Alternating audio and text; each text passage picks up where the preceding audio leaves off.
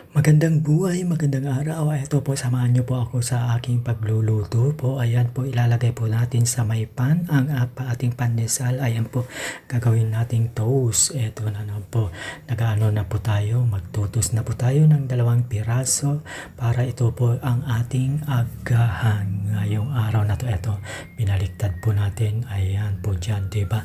Sarap-sarap pag ganito po ano yan. Mainit na mainit. Although mainit po yung pandesal, kaso lang gusto kong mag-toast po dyan. Ayan, talaga naman po ginagawa ko po ang lahat para naman po ano po natin, masarapan po natin sa pagkain. Ito lang po kasi ang agahan po natin ngayong araw na to. Ito na po mga kalodi. Ayan, naglalagay po tayo ng peanut butter. Papahiran po natin. Ayan po dyan. Ayan, di ba ang ano yan, peanut butter, masustansya din po dyan sa ating mga ano yan. Kaya ito po ang napili kong gamitin ngayong araw na to. Ayan po dyan, pahid-pahid lang po tayo. Ganito lang po ang buhay sa probinsya talaga po dyan. Talagang kailangan mo lang po talagang magtyaga-tyaga po dyan. Diskarte lang sa buhay talaga minsan.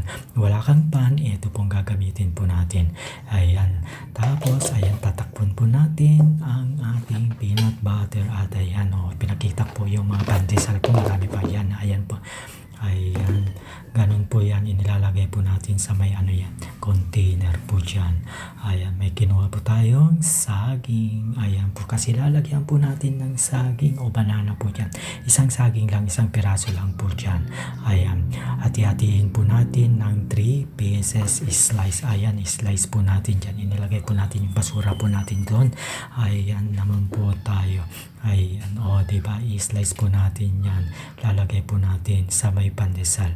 3 slice each ang gagawin po natin sa bawat pandesal po niyan na tinus po natin. Talagang masustansya din, diba, yung banana ay may phosphorus to dyan. Ayan, talaga naman po ano yan.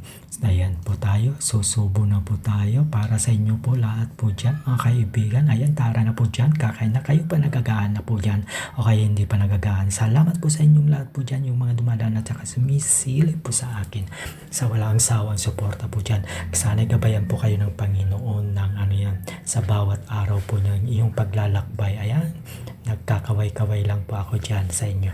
Eto po tayo, ayan po, para magpasalamat sa Panginoong araw-araw na ating nakukuha po ng ano yan.